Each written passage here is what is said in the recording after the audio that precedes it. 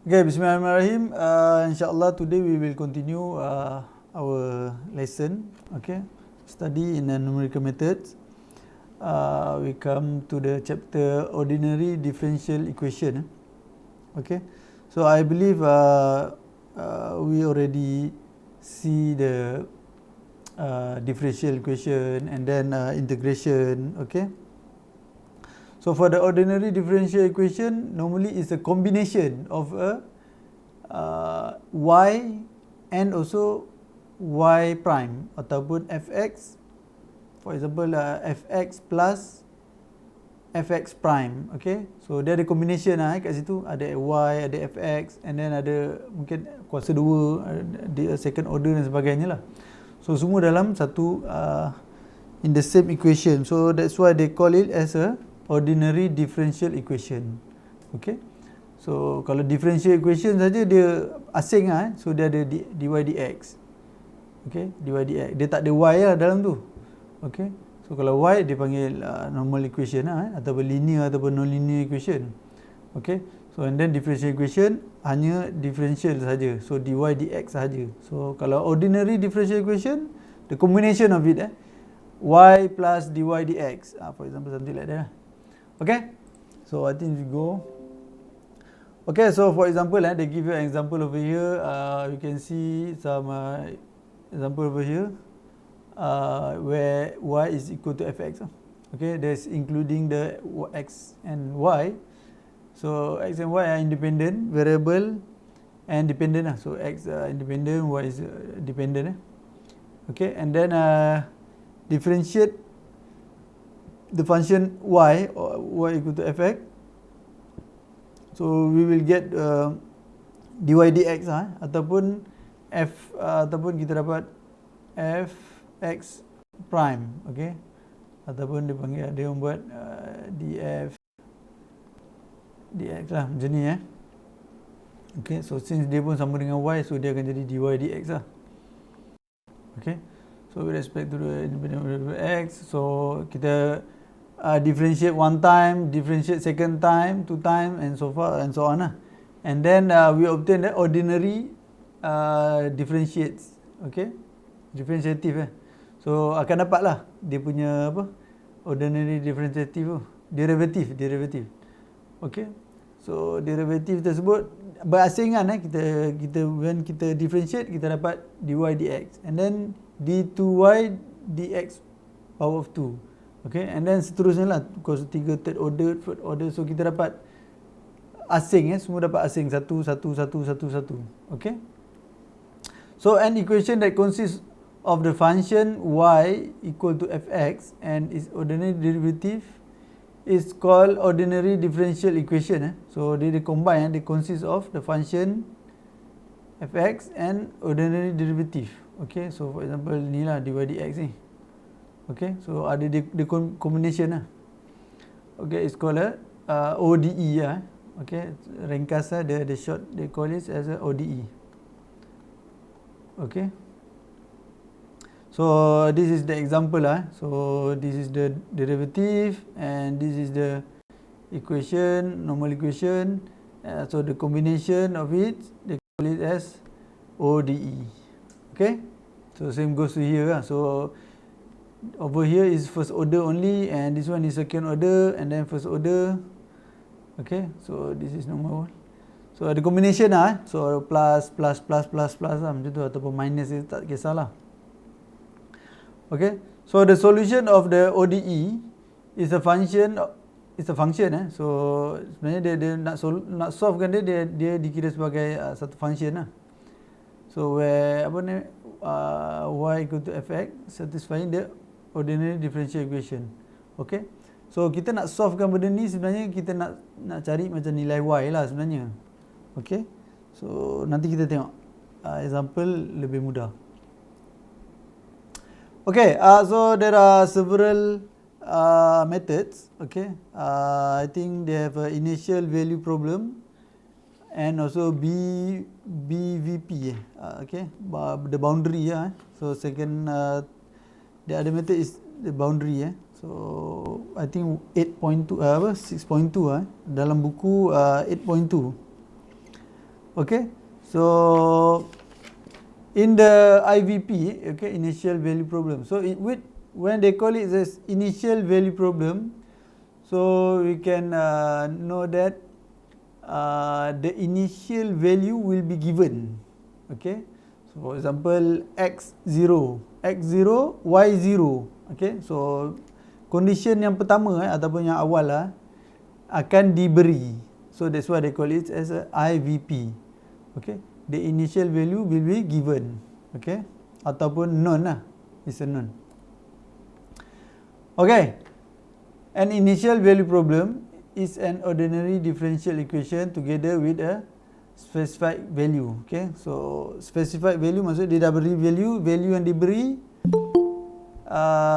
the given value is the initial value Okay, so of the unknown function that a given point in the domain of the solution. Okay, so they call it consider an IVP of the first order differential equation. So they consider lah macam ni nak solvekan dia. So kita ada first order again, and then ada initial value and then we have a boundary. Okay, ataupun interval So kalau kita tengok sini, this is the initial So ini initial. So x0, so dia dah beri so akan dapat y0.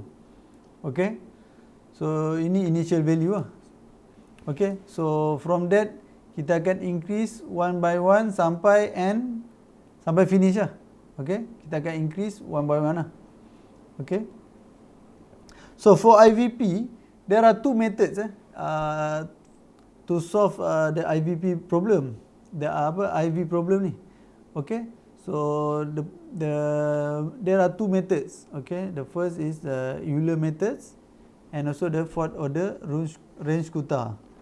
Okay, I believe there are few more methods in the books. Okay, so there is Euler methods, Taylor methods,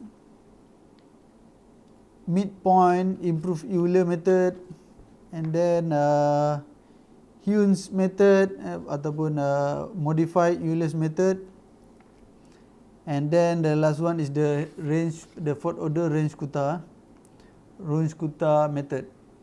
So where the RK4, they call it as RK4. So RK4 Runge-Kutta fourth order method. Okay, so since nowadays we have a difficulties to study in online learning, we will only focus on the Euler method only. Okay, for this week we will focus on the Euler's method.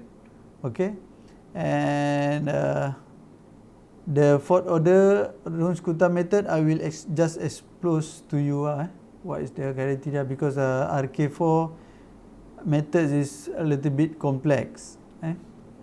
Okay, so the Euler's method is very simple. Okay, I think let's see the Euler methods. Okay. Okay, so harap semua boleh ready. So given the general first order ODE with the initial value boundary condition. So when they say it's initial value, means that you need to know where is the initial value. Okay, so if not given, then you need to ask what is the initial condition. Okay, because it's initial value problem, so they should give you the initial parameter. Okay, so we consider only we have the first order only. We consider the first order. Okay, and then the normal equation, and then the boundary. Okay, so or the interval boundary ataupun interval Okay, so by using numerical method, the interval of x is divided into n sub-interval with h such as hi x first x plus ih. So benda ni seolah-olah macam kita nak dapat x1, x2, x3, x4 until xn. Okay, so the interval between this is called as H. Okay, the difference between this is H. Okay, macam nak kira I think sama je lah macam sebelum ni. Okay, so H1, X2, X0. So for example, this one is 0, H is 0.1, so this one is 0.1, and then 0.2, so dia tambah je lah. 0.1, 0.3, this one is 0.1 also, the difference.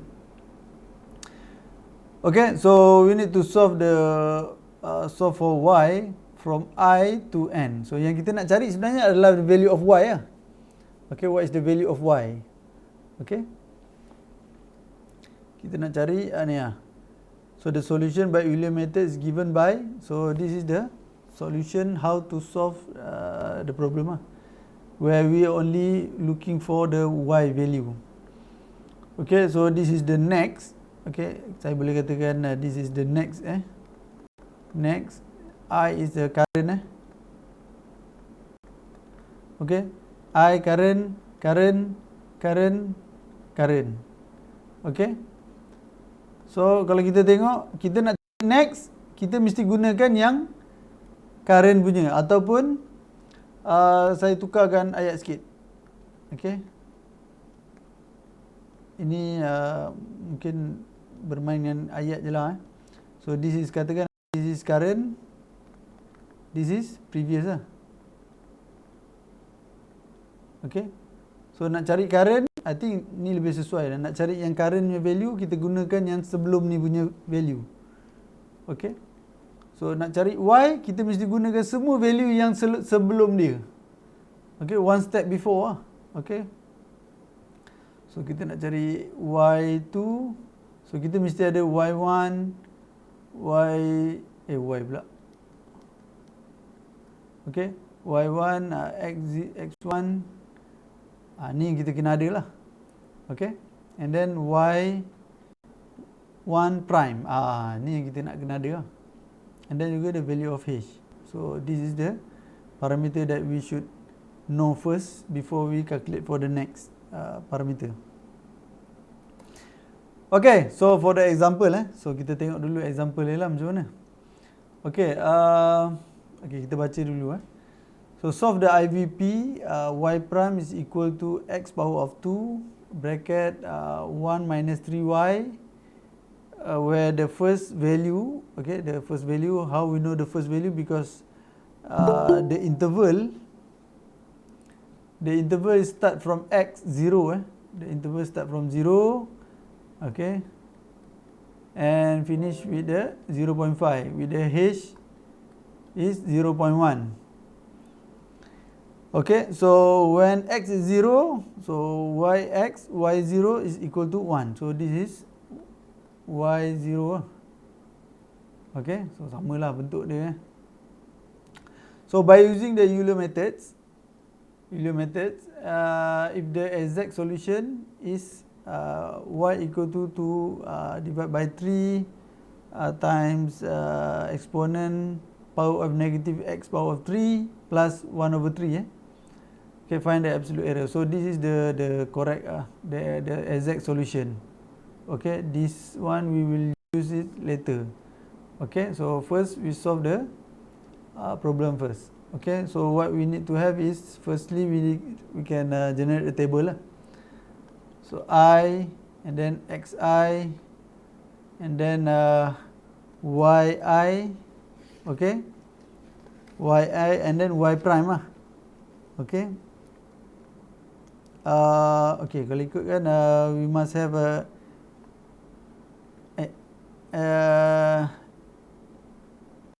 exact y and then the error .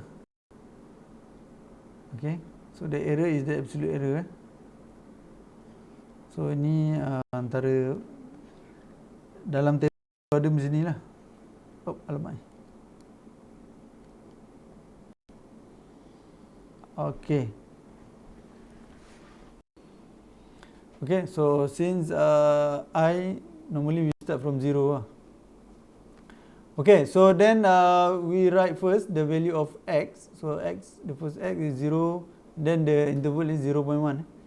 0.1, 0.2, 0.3, 0.4, 0.5. So total we have 6. 0, 1, and then 1, 2, 3, 4, 5. Okay, so start from 0, they become, or we have 6. Okay, and then the first y, okay, the initial value is 1. Okay, the exact value when we put the x 0 here, okay, we put here x 0, so and then we will get 1.0. Okay, 1.00, so the error will be 0. Okay, so and then to find the value of for example, this is the current y, where is y1, kita kena, we must use the previous. Okay, so which is y0 plus h fx y 0, 0. Okay, so where fx is the y prime. Okay, it's the y prime and is equal to this one. Okay, x2 1 minus 3y. Okay, so ini contoh dia lah kat sini. So kita letakkan y1 is equal to 1 and h is equal to 0.1 and then fx. So we enter the value of x lah. So x0 is 0. Sini 0, power of 2, and then 1 minus 3, 1. Okay, so and then we will get 1. Okay, so 1 y1 equal to 1. So this also become 1. Okay, however for the exact, so we must enter the value of 0.1 over here. So we enter the 0.1. Okay, and then we will get 0.9993. Okay, so it will be different for the exact value. So and then at this time we will have the error. So the error is 1 minus 0.0 1 minus 0.9993 will become 0.0007. Okay. Okay, then we move to I think x2. Okay, saya try simplify kat sini. Okay, so sini, okay, senang sikit, and sini tu. Okay, so this one become y2, y1, x1, x1, f1, y1. Okay, so y1 is equal to 1, h same, and x become 0.1. Okay, so y is equal to 1. Okay, so at this point we will get, when we calculate, we will get, so this is y2, we will get 0.9980. Okay, kita pun tulis kat sini lah. Okay, 0.9980. Okay, and then we calculate the exact value. Okay, kalau kita nak buat later pun boleh yang untuk exact ni. Okay, we can do later for the exact solution and error. Okay, we just we measure one by one first also can. Okay, tapi saya jelaskan keseluruhan dulu. And then bila kita masukkan value 0.2, okay, 0.2 over here, and we will get 0.9947. Okay, and the error, so 0.998, this one minus this one, this minus this minus this, become this, and this one become 0, I think bawahnya 0.0033. Okay, so seterusnya lah, kita kena buat seterusnya, kita akan buat sampailah dapat 0.5 tadi. Okay, so samalah, kita kena, kalau nak cari y3,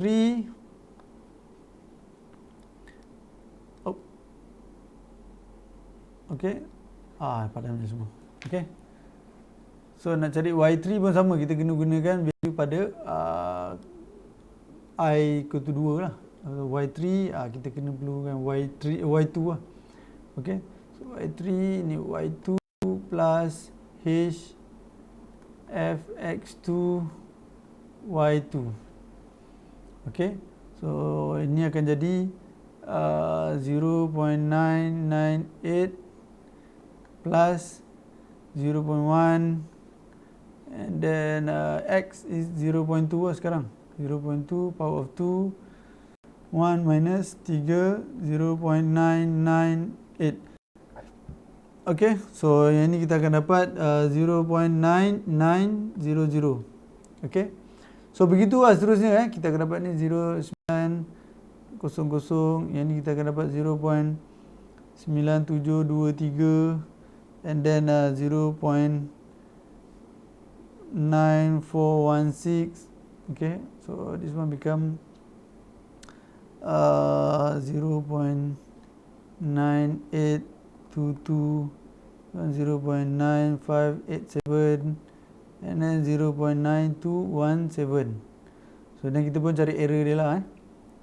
So 0.078 0.1036 0.0199. Okay, so ini dia punya solution dia lah.